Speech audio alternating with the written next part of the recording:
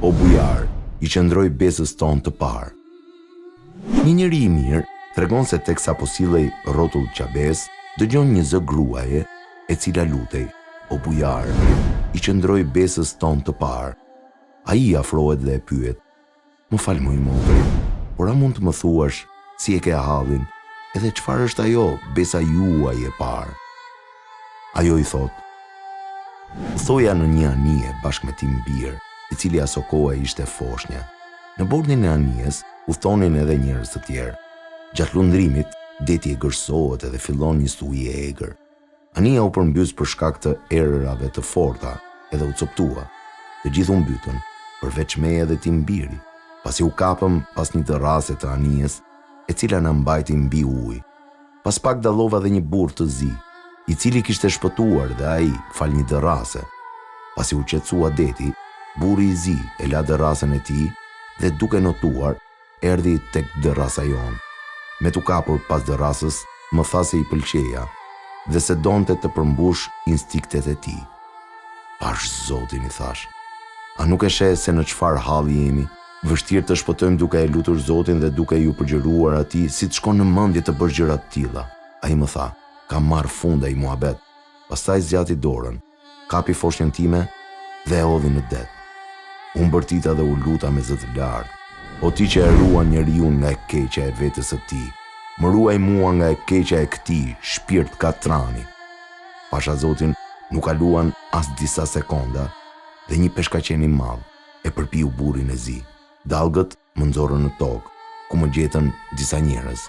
U tregova hallin tim dhe gjithçka që më kishte ndodhur. Ata më thanë, ne të tregojmë diçka akoma më të çuditshme. Ndodheshim në det duke peshkuar. Në një moment na afrohet një delfin me një foshnjë në shpinë.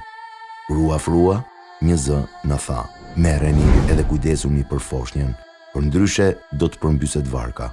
Dhe ne e morëm dhe u kujdesëm për të. Ndoshta ashyt bir, vajtëm në shtëpinë e tyre dhe gjeta tim mbir atje shëndoshe mirë.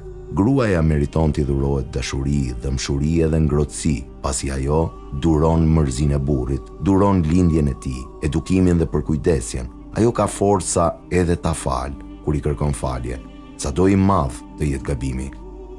Një burr pati një konflikt me të shoqen dhe zërat u ngritën. E zemëruar e shoqja nxori valixhet dhe filloi të fusë rrobat, e vendosur që të kthehet në shtëpinë e prindërve. I shoqja e kuptoi se çfarë po bën e shoqja dhe pasi I kërkoi falje, I buzëqeshi dhe I dhuroi disa fjalë të ngrohta. E pyeti, çfarë po bën dashur? Ajo I tha, po fusë rrobat e verës në valixhe për të nxjerr ato të dimrit. Grave u bëhet qefi nga një buzëqeshje edhe një fjalë ngrohtë. Të sillesh butësisht me to është treguesi I burrërisë. Thot profeti Muhammed sallallahu alaihi wasallam, nuk I nderon gratë veç se një fisnik, edhe nuk I poshtron veç se një lik. E pa shpresë është një shoqëri e cila beson se të sillesh butë me bijat e hallas, gratë është mungesë personaliteti. Mos e bëj një grua të qaj, se është Zoti ai që I numëron lotët e saj. Ajo nuk është krijuar nga këmbët e tua që ta shkelësh, as nga koka jote që të tregohesh arrogant me të, por është krijuar nga brinja jote që të jetë e barabartë, është krijuar pranë zemrës tënde që ta duash, e mrekullueshme është femra. Gjatë fëmirisë I hap të atit portën e parajsës, gjatë rinisë së saj plotson fen e të shoqit, gjatë mëmësisë së saj xheneti gjendet nën këmbët e saj. Lindja është dhëmbja e dytë më e madhe. Ajo vjen menjëherë pas të dhimbjeve që shkakton djegja për së gjalli.